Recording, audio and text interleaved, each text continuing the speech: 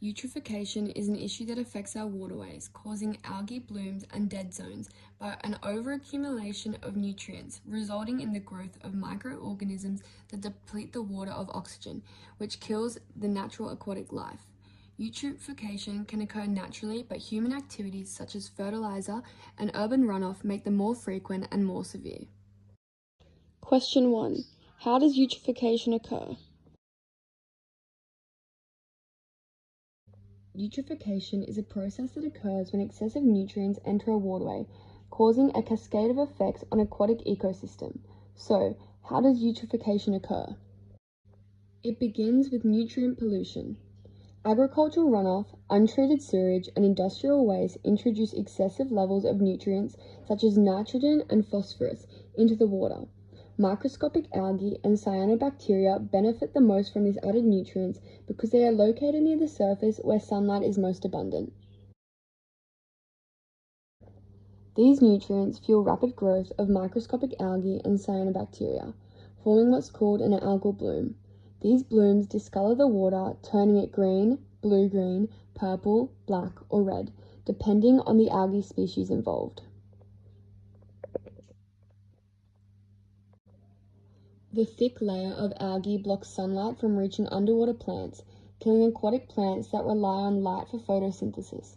When the algae and plants die, their decomposition consumes large amounts of dissolved oxygen, leading to hypertonic, low oxygen, or anoxic, no oxygen conditions. Question 2. How does eutrophication affect waterways and aquatic life? Hypoxic or anoxic conditions are fatal for most aquatic organisms, including fish and invertebrates. Fish and other organisms either die or move away, leaving the water lifeless and leading to significant biodiversity loss. This is what is called a dead zone. In some cases, harmful cyanobacteria produce toxins, making the water unsafe for humans and animals. This is a growing issue in nutrient-rich stagnant rivers. Question 3. How can humans prevent eutrophication from occurring? To prevent eutrophication, humans can take action, treating sewage to remove nutrients, reducing agricultural runoff, and using low phosphate products can protect waterways. For example, constructing buffer zones or wetlands near farmlands can filter out nutrients before they reach water bodies. In Australia, authorities release fresh oxygen-rich water from reservoirs such as Warragamba Dam into rivers like the Nepean to dilute concentrations and prevent algal blooms.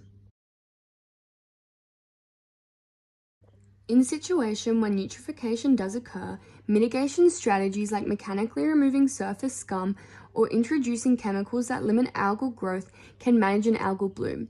Replenishing waterways with fresh water can help restore dissolved oxygen levels and flush out nutrient-rich scum.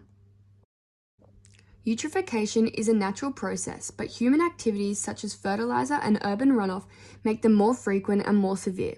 By addressing both the causes and consequences of eutrophication, humans can better protect aquatic ecosystems and maintain water quality, therefore protecting our precious water ecosystems.